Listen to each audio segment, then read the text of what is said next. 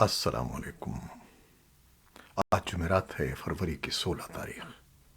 پاکستان میں اس وقت شام کے 7، بھارت میں 7:30، اور یہاں ہمارے اسٹوڈیوز کی گھڑیوں میں صبح کے 9 بج رہے ہیں۔ وائس آف امریکہ واشنگٹن کی اردو سروس سے میں ہوں خالد حمید، خبروں کے ایک بلیٹن کے ساتھ۔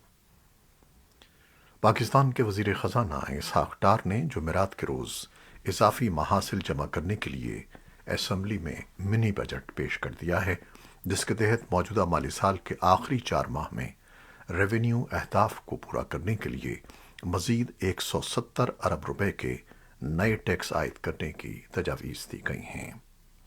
ان میں بینکوں پر اضافی ٹیکس عائد کرنے، پبلک پرائیویٹ اجتماعات پر ایڈوانس انکم ٹیکس نافذ کرنے، پاور سیکٹر کے سرکولر ڈیٹ یعنی گردشی قرضے کو کم کرنے کے لیے بجلی کی قیمتوں میں اضافہ، گیس کی قیمتوں میں اضافہ، مختلف اشیاء پر سیلز ٹیکس کی شرح 17 سے بڑھا کر 18% کرنے کی تجاویز بھی شامل ہیں۔ دوسری جانب ملک میں آئندہ 15 روز کے لیے پیٹرول کی قیمتوں میں بھی 22 روپے فی لیٹر کا بڑا اضافہ کر دیا گیا ہے، جس کے بعد پیٹرول فی لیٹر 272 روپے سے تجاوز کر چکا ہے۔ پاکستان کے شہر کراچی میں طالبان کے زیر کنٹرول افغانستان کے قونصل خانے نے اعلان کیا ہے کہ گزشتہ روز پاکستان کی جیلوں سے خواتین اور بچوں سمیت 170 افغان شہریوں کو رہا کر دیا گیا۔ اس قونصل خانے کے مطابق رہا کیے گئے قیدیوں کو افغانستان منتقل کر دیا گیا ہے۔ پاکستان میں طالبان کے سفارتکاروں نے میڈیا کو بتایا ہے کہ تقریباً 1500 افغان تارکین وطن پاکستان کی جیلوں میں غیر قانونی داخلے کی وجہ سے قید ہیں۔ اسلام آباد کے F9 پارک میں خاتون سے زیادتی کے 2 ملزمان کو مبینہ پولیس مقابلے میں ہلاک کر دیا گیا ہے۔ اسلام آباد پولیس کے آئی جی ڈاکٹر اکبر ناصر نے وائس آف امریکہ سے بات کرتے ہوئے کہا کہ اس پولیس مقابلے کی تفتیش کا سلسلہ بھی جاری ہے اور ان دونوں افراد کے F9 پارک کے واقعے میں ملوث ہونے کے شواہد بھی پولیس کے پاس موجود ہیں۔ تحقیقات مکمل ہونے تک اس واقعے کے بارے میں تفصیلات ظاہر نہیں کی جا رہی ہیں، اور جیسے ہی تحقیقات مکمل ہوں گی انہیں ہر فورم پر ظاہر کیا جائے گا۔ ترجمان اسلام آباد کیپٹل پولیس کے مطابق مرنے والے حملہ آوروں کی شناخت ہو گئی ہے۔ دونوں ملزمان اسٹریٹ کرائم سمیت سنگین جرائم کی وارداتوں میں ملوث تھے۔ دونوں ملزمان F9 پارک میں لڑکی سے زیادتی کے وقوعے میں بھی ملوث تھے، جبکہ ایک ملزم ڈکیتی کے دوران قتل میں اشتہاری تھا۔ اقوام متحدہ کے انسانی امور کے لیے رابطہ دفتر نے کہا ہے کہ افغانستان کے ان 60 لاکھ افراد پر توجہ دی جانی چاہیے جنہیں اس وقت ہنگامی سطح پر خوراک کے عدم تحفظ کا سامنا ہے۔ افغانستان میں طالبان نے نجی ٹی وی چینل تمدن کے کابل میں واقع دفتر پر چھاپا مارا ہے۔ کمیٹی ٹو پروٹیکٹ جرنلسٹس کے مطابق طالبان کے 10 مسلح اہلکاروں نے نجی ٹی وی کے دفتر پر چھاپے کے دوران کئی ملازمین کو تشدد کا نشانہ بھی بنایا اور آدھے گھنٹے تک حبس سے بے جا میں رکھا۔ سن 2021 میں طالبان کے دوبارہ برسر اقتدار آنے کے بعد سے افغان میڈیا اور صحافیوں کو مسلسل دباؤ اور پابندیوں کا سامنا ہے۔ بھارتی حکومت بھارت چین سرحد کی نگرانی کے لیے اگلے چند برسوں میں Indo Tibetan border police ITBP کی مزید 7 بٹالین تیار کرے گی۔ کابینہ کمیٹی برائے سلامتی امور نے بدھ کو وزیر اعظم نریندر مودی کی صدارت میں ہونے والے اجلاس میں اس کی منظوری دی ہے۔ کابینہ نے ITBP کے ایک سیکٹر ہیڈ کوارٹر کے قیام کی بھی منظوری دی ہے۔ یہ فیصلہ سن 2020 سے بھارت اور چین کے درمیان جاری سرحدی کشیدگی اور تعطل کے پیش نظر کیا گیا ہے۔ مبصرین کے مطابق مشرقی لداخ اور اروناچل پردیش میں بھارت اور چین کی افواج کے درمیان متعدد بار تصادم ہوا ہے، اور چونکہ ITBP پہلی دفاعی لائن ہے، لہذا مذکورہ فیصلے سے سیکیورٹی میں اضافہ ہوگا اور چینی افواج کو نئے مقامات پر آگے بڑھنے سے روکا جا سکے گا۔ تاہم ان کا یہ بھی کہنا ہے کہ بھارت اور چین کی عسکری طاقت میں بہت زیادہ فرق ہے۔ چین کے مقابلے میں بھارت کی طاقت بہت کم ہے۔ 7 نئی بٹالین بنا دینے سے کوئی زیادہ فرق نہیں پڑے گا۔ تجزیہ کاروں کے مطابق جن بھارتی علاقوں میں جوانوں کی تعیناتی نہیں ہوتی، ان پر چین دھیرے دھیرے قبضے کر لیتا ہے۔ بھارت کے زیر انتظام کشمیر کے لداخ خطے کی سیاسی اور سماجی قیادت نے اسے مکمل ریاست کا درجہ دلانے اور اس کے باشندوں کو زمین اور سرکاری ملازمتوں کے تحفظ کی ضمانت دینے کے مطالبے کو منوانے کے لیے اپنی جدوجہد کو تیز کرنے کا اعلان کیا ہے۔ جمعرات کو نئی دہلی میں واقع پریس کلب آف انڈیا میں ایک نیوز کانفرنس سے خطاب کرتے ہوئے لیہ ایپیکس باڈی LAB اور کارگل ڈیموکریٹک الائنس KDA کے لیڈروں نے کہا کہ وہ لداخ کو مکمل ریاست کا درجہ دینے کے مطالبے کے ساتھ ساتھ علاقے پر بھارتی آئین کے 6 شیڈول کا اطلاق بھی چاہتے ہیں تاکہ اس کی زمین، ثقافت اور ملازمتوں کو تحفظ کو یقینی بنایا جا سکے۔ LAB اور KDA کے لیڈروں اور دوسرے سرکردہ اراکین نے بدھ کو نئی دہلی میں پارلیمنٹ ہاؤس کے قریب واقع جنتر منتر مقام پر احتجاجی دھرنا بھی دیا تھا۔ اس موقع پر ایک بڑا مظاہرہ بھی کیا گیا جس میں سینکڑوں لداخیوں نے، جن میں طالب علموں کی ایک بڑی تعداد شامل تھی، شرکت کی۔ نیٹو کے سیکرٹری جنرل یانس اسٹالٹنبرگ جمعرات کو ترکی کے دارالحکومت انقرہ پہنچے ہیں۔ ان کا یہ دورہ گزشتہ ہفتے آنے والے زلزلے کے بعد یکجہتی کا اظہار ہے۔ ترکیہ کے وزیر خارجہ مولود چاوشوغلو کے ساتھ بات چیت کرتے ہوئے اسٹالٹنبرگ نے صحافیوں کو بتایا کہ نیٹو ضرورت کے اس وقت میں ترکی کے ساتھ کھڑا ہے، جو نیٹو کا رکن بھی ہے۔ اسٹالٹنبرگ نے کہا کہ ہم ترکی کے زلزلے کے متاثرہ افراد کو سلام پیش کرتے ہیں اور ہم آپ کے غم میں برابر کے شریک ہیں۔ انہوں نے کہا کہ اتحاد کی توجہ اب تعمیر نو اور زلزلے سے بے گھر ہونے والوں کی مدد پر مرکوز ہوگی۔ انہوں نے جن مخصوص کوششوں کا ذکر کیا ان میں عارضی رہائش گاہیں قائم کرنا اور نیٹو کی اسٹریٹجک ایئر لفٹ صلاحیتوں کو استعمال کرتے ہوئے ترکی میں ہزاروں خیمے لانا شامل ہے۔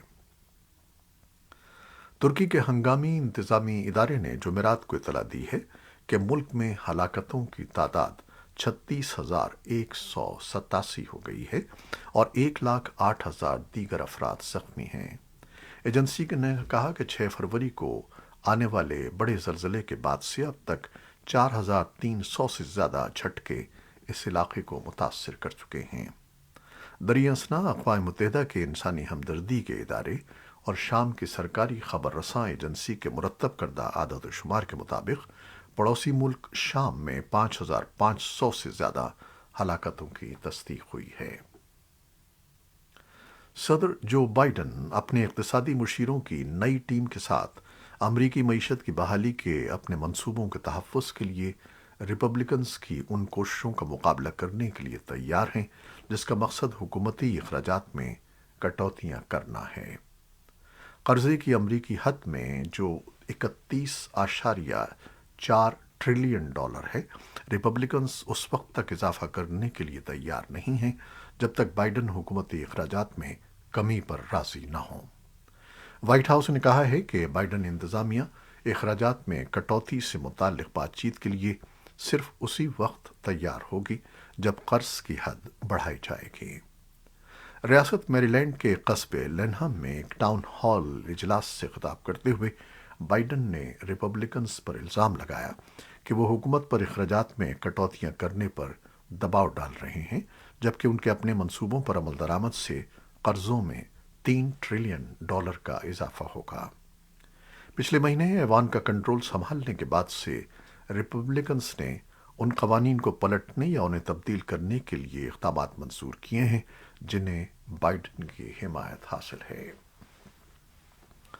اقوام متحدہ کی جنرل اسمبلی کی ایک قرارداد کے مسودے پر اگلے ہفتے ایک خصوصی اجلاس میں ووٹنگ کی جائے گی جس میں یوکرین میں جارحیت کے خاتمے اور امن کے قیام کا مطالبہ کیا گیا ہے، جو یوکرین کی خود مختاری، آزادی، اتحاد اور علاقائی سالمیت کو یقینی بنائے گا۔ یہ اجلاس 23 فروری کو بلایا گیا ہے، جبکہ ایک روز بعد یوکرین پر روس کے حملے کا 1 سال مکمل ہو رہا ہے۔ توقع ہے کہ جنرل اسمبلی اس قرارداد کی منظوری دے دے گی۔ قرارداد کے مسودے میں اقوام متحدہ اور رکن ممالک سے امن کے حصول کے لیے سفارتی کوششوں کی حمایت کا مطالبہ کیا گیا ہے۔ اس اقدام میں روس سے بھی مطالبہ کیا گیا ہے کہ وہ یوکرین کے شہری انفراسٹرکچر پر حملے روکے اور یوکرین سے اپنی تمام فوجی دستوں کو فوری طور پر نکال لے۔ جنرل اسمبلی کی قراردادیں قانونی طور پر پابند نہیں کرتی، لیکن عالمی رائے کے اظہار کے طور پر سیاسی اہمیت کی حامل ہوتی ہیں۔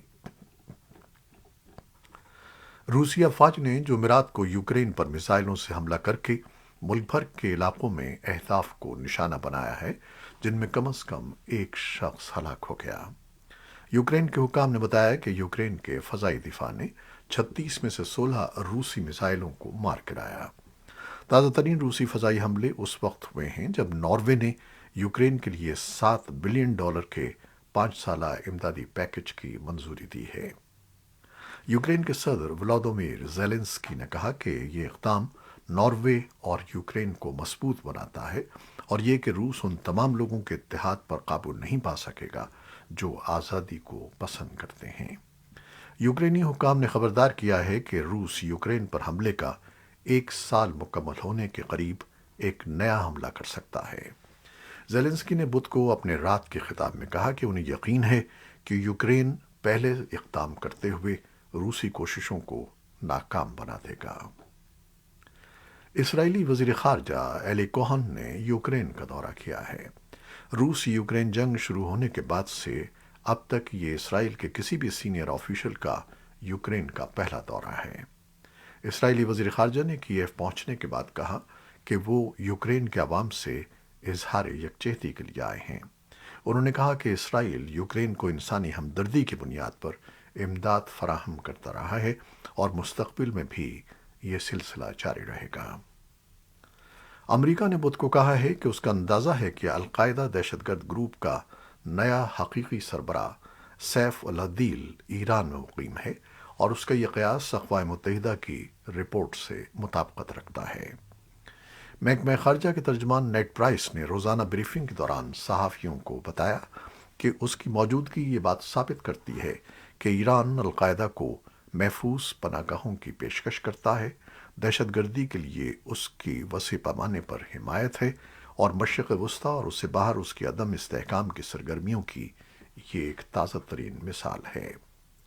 اقوام متحدہ نے اپنی رکن ریاست کی انٹیلیجنس پر مبنی رپورٹ کی بنیاد پر یہ نتیجہ اخذ کیا کہ مصر کے اسپیشل فورسز کے سابق افسر نے سابق رہنما ایمن الظواہری کے بعد القاعدہ کی قیادت سنبھالی تھی، جن کی ہلاکت جولائی سن 2022 میں کابل میں افغانستان میں ایک فضائی حملے میں ہوئی تھی۔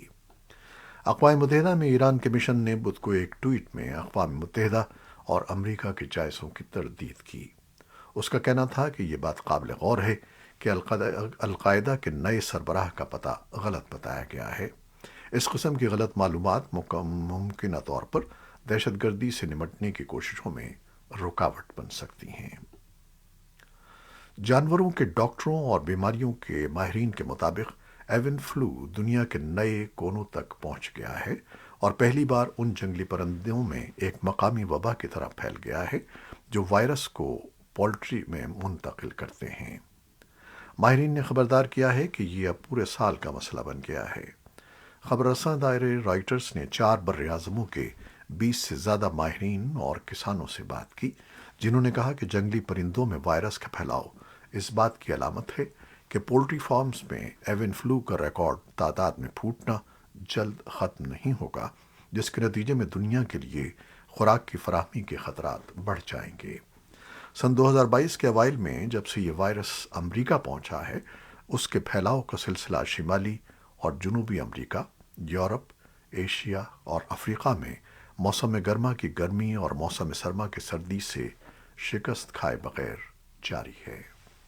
یہ تھیں وہ خبریں جو فیس بک لائیو پر ہم نے آپ کے لیے پیش کی۔ ہماری ویب سائٹ، یوٹیوب اور پوڈ کاسٹ پر یہ بلیٹن آپ کے لیے پوسٹ کر دیا جاتا ہے۔ آپ ہمارے بلیٹن کو شیئر کرتے ہیں اور اپنے کمنٹس میں اپنی محبتوں اور اپنی پرخلوص دعاؤں کا اظہار کرتے ہیں، جس کے لیے ہم آپ کے بے انتہا ممنون ہیں۔ اپنی ان محبتوں کو جاری رکھیے گا۔ نیوز ایڈیٹر بہجت جیلانی کے ساتھ خالد حمید کو اب اجازت دیجیے گا۔ اللہ حافظ۔